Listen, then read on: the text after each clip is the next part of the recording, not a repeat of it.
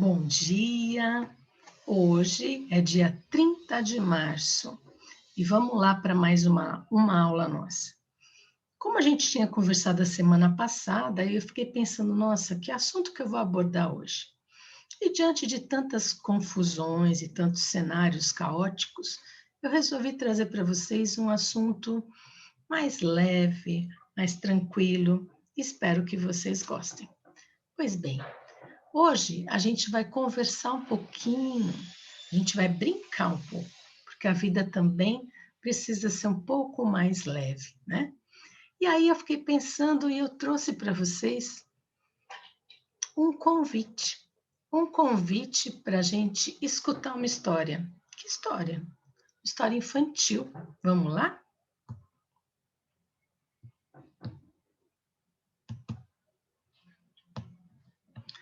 Ok, então vamos lá. Olha que foto mais linda! Essa foto para a gente já dá aquela sensação de era uma vez, não é? Então, vou contar para vocês um conto de Páscoa, para a gente voltar a ser criança, para a gente se distrair um pouquinho diante dessa semana tão triste que a gente anda, né, ultimamente, com essas antecipações todas de feriados, e a gente mais reclusa do que nunca dentro de casa, né? Então, vamos dar uma relaxada. Pois bem, vou contar para vocês, vou falar para vocês de um conto de uma autora, uma escritora brasileira, uma escritora infantil, chamada Ruth Rocha. Tenho certeza que muitos de vocês já devem ter lido alguma coisa sobre ela, mas a Ruth, ela tem um dom de escrever para as crianças. E não só para as crianças, porque essas histórias todas cabem para muito adulto também. Então eu falo que Ruth Machado Lousada Rocha é uma escritora brasileira de livros infantis. Ela é membro da Academia Paulista de Letras desde outubro de 2007. Agora, em março, dia 2, ela completou 90 anos, apostando as suas fichas na irreverência, no bom humor, na poesia. Os seus textos fazem com que as crianças questionem o mundo e a si mesmas, e ensinam ainda os adultos a ouvirem o que elas estão tentando dizer. Ruth tem mais de 50 anos dedicados à literatura e produziu mais de 200 títulos. Olha que coisa maravilhosa, que legado que essa mulher está deixando para todos nós. E ela já foi traduzida para mais de 25 idiomas. Não é fraca não, né? Então vamos lá. Vou contar para vocês, eu vou transcrever para vocês, tentar contar uma história da época, lembrando da época que eu era professora, só que eu era professora de pré-escola, e uma das atividades que eu mais curtia era contar histórias para criança. Lembrando a vocês que eu estou contando essa história e essas ilustrações não são do livro dela, tá? Eu não tinha o livro dela aqui comigo, mas internet a gente consegue muita coisa e eu acabei adaptando essas ilustrações, ok? Vamos lá. Era uma vez. Por que eu coloco era uma vez? Porque toda história que se preza começa como era uma vez. Então vamos lá. Era uma vez. O coelhinho que não era de Páscoa. Como assim? Um coelho que não era de Páscoa?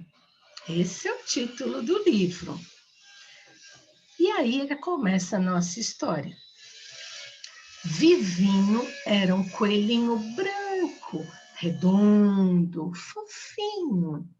Vivia Vivinho ia à escola com seus irmãos, porque família de coelho é uma coelhada só. Vivinho aprendia a pular, aprendia a correr, aprendia qual a melhor couve para se comer, porque tinha aula de alimentação também. Os irmãos de Vivinho já tinham resolvido. Quando eu crescer, eu vou ser coelho de Páscoa, como meu pai. Eu vou ser coelho de Páscoa, como meu avô. E eu vou ser coelho de Páscoa, como meu bisavô. Olha só. E aí, todos queriam ser coelhos de Páscoa, porque quase todos os coelhos eram de Páscoa. Todos queriam ser coelhos de Páscoa, como trisavô, tataravô, como todos os avós. Só Vivinho não dizia nada. Os pais perguntavam, os irmãos indagavam: E você, Vivinho? E você? Bom, dizia Vivinho, eu não sei o que eu quero ser, mas eu sei o que eu não quero ser. Eu não quero ser coelho de Páscoa. Como assim? O pai de Vivinho se espantou. A mãe se escandalizou. Ah, como? Como assim? Pois é. Vivinho arranjou uma porção de amigos na floresta. O beija-flor Florindo, a Julieta, a borboleta e a abelha Melinda. Muitos amiguinhos. Onde é que já se viu coelho brincar com abelha? Os irmãos de Vivinho diziam.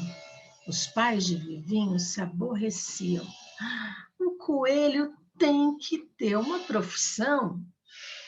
Onde é que vamos parar com essa vadiação? Não, tem que ter uma profissão. E aí? Vivinho dizia: Não se preocupem, estou aprendendo uma ótima profissão. Ha, só se ele estiver aprendendo a voar? Ah, só se ele estiver aprendendo a zumbi? Vivinho sorria, aquele sorriso maroto, e saía pulando para se encontrar com seus amigos. Mas olha, que será que ele estava aprendendo? O tempo passou e a Páscoa estava chegando. Papai e mamãe coelho foram comprar ovos para distribuir. Mas as fábricas tinham muitas encomendas e não tinham ovinhos para vender. Como assim? É, não tinham ovinhos para vender. Em todo lugar a resposta era a mesma. Tudo vendido, não temos mais nada, não temos mais nada. O casal coelho foi a tudo que era fábrica na floresta. Do seu Antão, do seu João, do seu Simão, do seu Veloso, do seu Cardoso, do seu Tônio, seu Petrônio, seu Sinfrônio, e ninguém tinha mais ovinhos para vender. Tudo estava vendido. E agora? O que iria acontecer? Não sei. A resposta era sempre a mesma. Tudo vendido, seu coelho, tudo vendido. Que tristeza. Todos os dois, papai coelho e mamãe coelha, voltaram para casa totalmente desanimados. Ora, isso nunca aconteceu. E agora?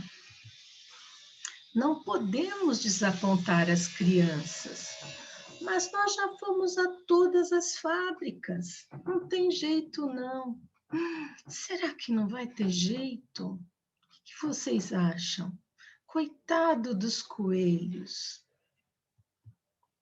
Os irmãos do coelhinho estavam tristes. Ah, nossa primeira distribuição. Ah, que tristeza no coração. Estavam muito tristes. E nisso, Vivinho vinha chegando com a Melinda e ouviu a reclamação daqueles e dos irmãozinhos. E teve uma brilhante ideia. Por que não fazemos os ovos nós mesmos? é que nós não sabemos. Coelho de Páscoa só sabe distribuir ovos, não sabe fazer. Puxa, e agora? Vivinho falou assim, mas eu sei. Será que ele sabe? Disse o pai. Ele diz que sabe, disseram os irmãos. E a mãe, confiante, falou: ele sabe sim, ele sabe, disse a mãe. Onde e como você aprendeu a fazer ovos? Perguntaram todos. Como? Como você aprendeu? Ah, como será que ele tinha aprendido a fazer ovos? E aí, ele falou assim: com os meus amigos, eu não disse que estava aprendendo uma profissão? E todos ficaram assim, espantados. Pois eu aprendi a tirar o pólen das flores com a Julieta e com Florindo. E Melinda é a maior doceira do mundo e me ensinou a fazer tudo quanto é doce. Como assim? E aí, com essa grande descoberta, a casa da família Coelho virou uma verdadeira fábrica. Todos colocaram a mão na massa, todos ajudaram. Papai Coelho, mamãe Coelho, os coelhinhos e todo mundo começou a produzir esses tais ovos de Páscoa. E numa alegria só. Os amiguinhos também, Florindo Beija-Flor, Julieta Borboleta e Melinda, a maior doceira do mundo. E era Vivinho quem comandava e liderava todo aquele trabalho. Olha só quanto aprendizado! E quando a Páscoa chegou, todos estavam preparados. As cestas de ovos estavam prontas e lindas, com ovos coloridos, grandes, pequenos, azuis, amarelos, todas as cores. É, olha que coelho esperto. Os pais de Vivinho estavam muito contentes, porque conseguiram acabar aquela missão, aquela meta de fazer aquele monte de ovo. Ficaram muito felizes, mas mais que isso, ficaram felizes porque agora Vivinho tinha uma profissão. A mãe de Vivinho disse orgulhosa: agora nosso filho tem uma profissão, uma grande profissão. E o pai de Vivinho falou: é, cada um tem que seguir a sua vocação e nunca se esquecer disso, não é? E assim terminou a nossa história. Essa história não tem aquele final feliz, viverão felizes para sempre, mas tem um final onde a gente pode questionar, né, o valor da gente seguir os nossos sonhos, seguir as nossas crenças, seguir os nossos desejos, e nem sempre a gente precisa seguir aquilo que foi determinado, né? Coelho de Páscoa. Esse é um conto muito gostoso, onde a gente até pode conversar com as crianças e discutir um pouquinho sobre profissão, sobre futuro, sobre sonhos e sobre outras tantas coisas, né? E aí, há quanto tempo que você não para um pouco para conversar com essa criança que mora dentro de você? Qual foi a sua última risada, daquelas que deixam o nosso corpo mais leve, mais gostoso? Escutar uma história infantil traz para a gente, às vezes, uma sensação de leveza, né? Se você chegou até aqui, parabéns, sinal que você deu um crédito e deixou a sua consciência, a sua imaginação voar, não é? Quando foi a última vez que você se permitiu ouvir uma história infantil? Hã? Pois é, diante dessa zoeira toda que a gente está vivendo, esse cenário mais do que caótico, eu faço um convite para você dar um colinho para sua criança interior. É, aquela criança que mora dentro de você. Sabe aquela criança que às vezes faz até birra, às vezes tem vontade de comer um sorvete gostoso, às vezes tem as suas vontades, às vezes dá uma gargalhada gostosa, sem compromisso? Então, faz tempo que a gente não faz isso, né? Dá um colinho para essa criança interior. Se permita trazer mais amor para si mesmo, na forma mais delicada que você conhece. Cuide-se da melhor forma. Dá um colinho para essa criança que está aqui dentro. Às vezes, isso pode ser traduzido em algumas ações, como um banho gostoso, um lençol perfumado, um bolo delicioso que você fez, um brigadeiro de panela, às vezes um brigadeiro só, uma comida gostosa, às vezes uma prece do seu coração, uns minutinhos de meditação.